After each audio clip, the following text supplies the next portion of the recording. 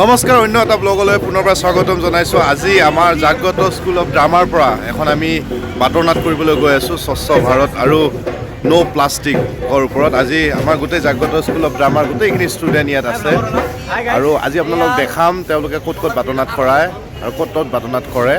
আমাৰ মঙলদৈ পৌৰসভাৰ পৰা আমাক জাগ্ৰত স্কুল অফ ড্ৰামাক আজি এই দুখনকৈ বাটৰ নাট কৰাৰ দায়িত্ব দিছে আৰু আজি আমি এতিয়া উপস্থিত হৈছোঁহি। অলপ পিছতকৈ আমি বাটৰ নাট আৰম্ভ কৰিম, গতিকে চাই থাকিব ব্লগটোৰ শেষলৈকে। ৰেডি হৈছে, এইটো আমাৰ মহ তমন্না মহ হ'ব। এয়া নৈতিক, অসীম আৰু এইটো আমাৰ আংকুল চিপছ তেৰে মেৰে আৰু এয়া আমাৰ বিছলেৰী বটল। গাঁৱলীয়া ল'ৰা যাক মহে কামোৰে আৰু সি মৰি যায় আৰু ইয়াক আজি ভাত চাত দিয়া নাই ঘৰত, সেইকাৰণে মন চন মাৰি বহি আছে। সি আলু খাই খুব ভাল পায়। আৰু এইটো আমাৰ থিৰুমণি। তাৰপিছত এয়া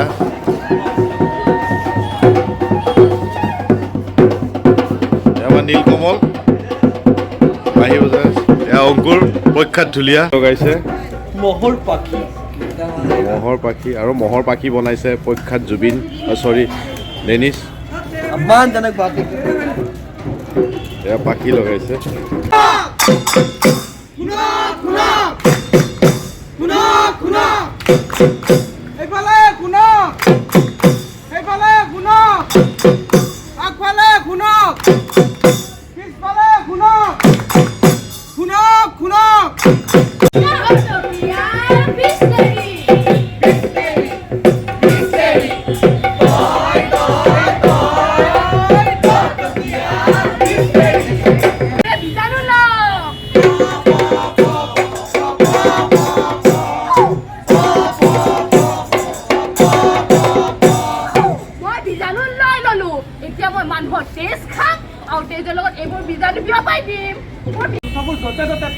তেনেহ'লে তাতে বিভিন্ন ধৰণৰ বীজাণুৰ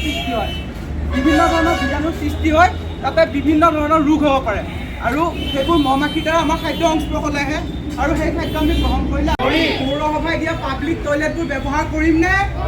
গতিকে আহক আমি হাতে হাত ধৰি স্বচ্ছতাৰ দিশে আগবাঢ়ো আৰু এখন সুস্থ সবল সমাজ কৰোঁ।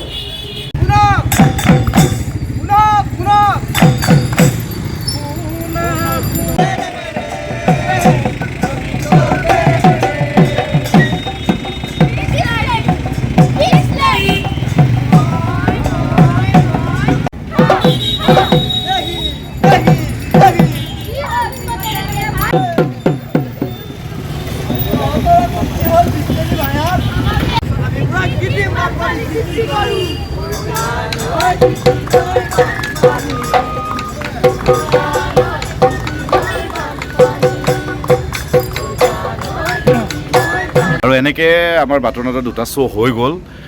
জাগ্ৰত স্কুল অফ ড্ৰামা আজি 7 বছৰ ধৰি মঙলদৈত এখন নাট্য বিদ্যালয়, য'ত বহুত ছাত্ৰ ছাত্ৰীয়ে পঢ়িবলৈ আহে। তেওঁলোকে নাটকৰ অ আ ক খ শিকে। গতিকে আমি সেইটোৱেই চেষ্টা কৰি আছোঁ যাতে সৰু ল'ৰা ছোৱালীৰ পৰা আৰম্ভ কৰি যিসকলে নাটক ভাল পায় তেওঁলোকৰ মাজত এটা নাট্য পৰিৱেশ গঢ়ি তোলোঁ। এয়াই আমাৰ প্ৰচেষ্টা। আৰু আজি মই নাটক কৰি আহি এতিয়া মই আকৌ শ্বুটিঙত আহিলোঁ নিবিড় মায়েৰে। গতিকে আৰু 3খনমান বাটৰ নাট আছে, আপোনালোকক আমি সবিশেষ জনাম, চাবলৈ আহিব। গতিকে চাই থাকিব জাগ্ৰত কালচাৰেল গ্ৰুপত আপলোড হোৱা প্ৰত্যেকটো ভিডিঅ'। ভাল লাগিলে শ্বেয়াৰ কৰিব, লাইক কমেণ্টটো কৰিবই আপোনালোকে ভাল পালে। গতিকে সকলো ভালে থাকক, সুখত থাকক আৰু জীৱনটো উদযাপন কৰক। ধন্যবাদ।